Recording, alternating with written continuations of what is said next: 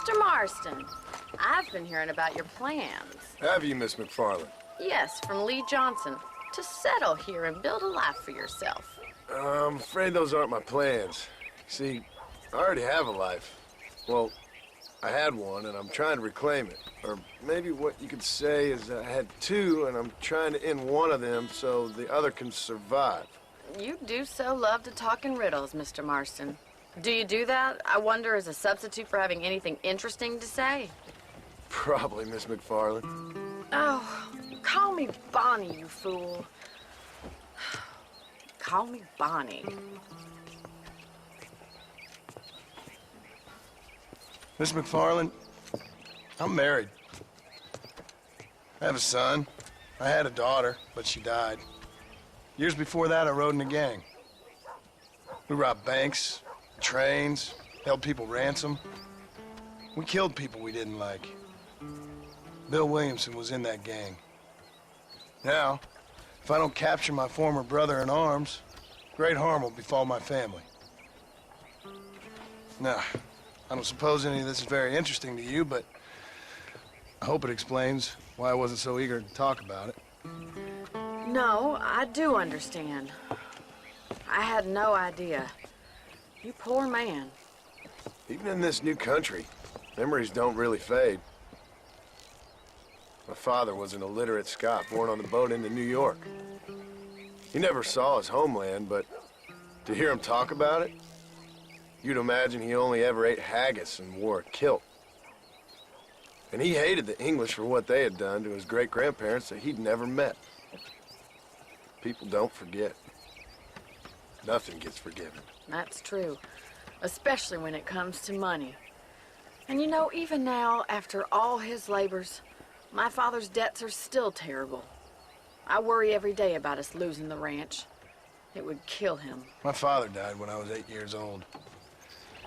His eyes were, well, let's just say he was blinded in a bar fight south of Chicago. My mother died during childbirth. She was a prostitute, and he was her, well, I don't know what he was. So I was sent off to an orphanage and ran away and fell in with a gang. My word. What a difficult life you've lived. The leader of the gang taught me how to read, taught me how to see all that was good in the world. He was a great man in a way. But you killed people. Sure. And I've suffered for it. And that's the life I left, or tried to lead. Said too much, Bonnie. I'm an uneducated killer, sent here to do all I can do well.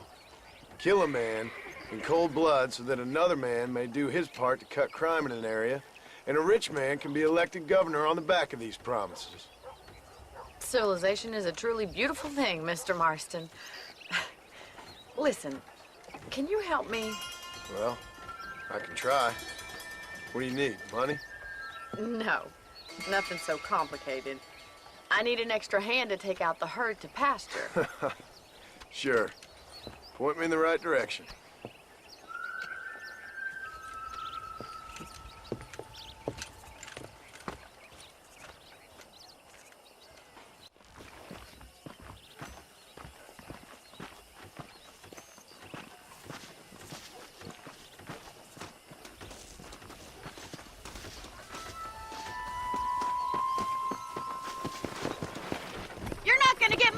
Done without a horse.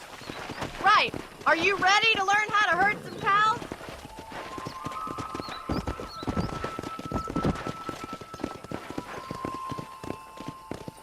Thank you for telling me all that back there. It must have been hard for you. I hope you understand now why I've been playing my cards somewhat close to my chest. I didn't know you had a wife and child. Then again, I don't think I ever asked. They're lucky to have a man like you. Good to see you, Miss McFarland. Come on, boy.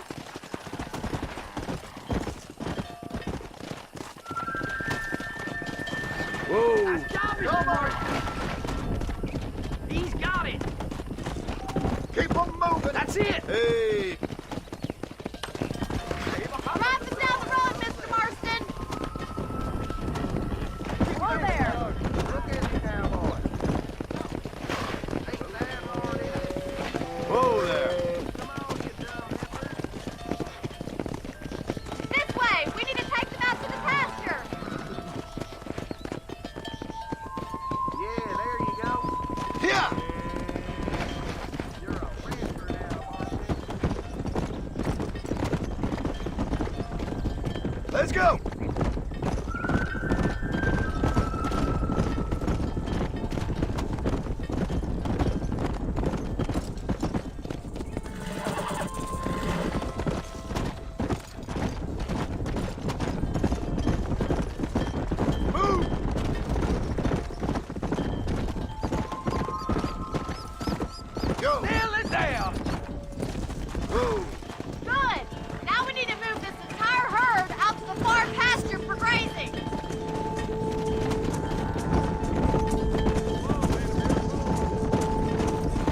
Move it up!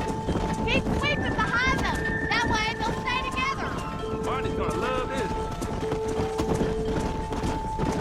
Keep it tight now. Get a Keep move going, on! Mr. Boston. He's Easy. just showing off now. Keep it moving. Whoa.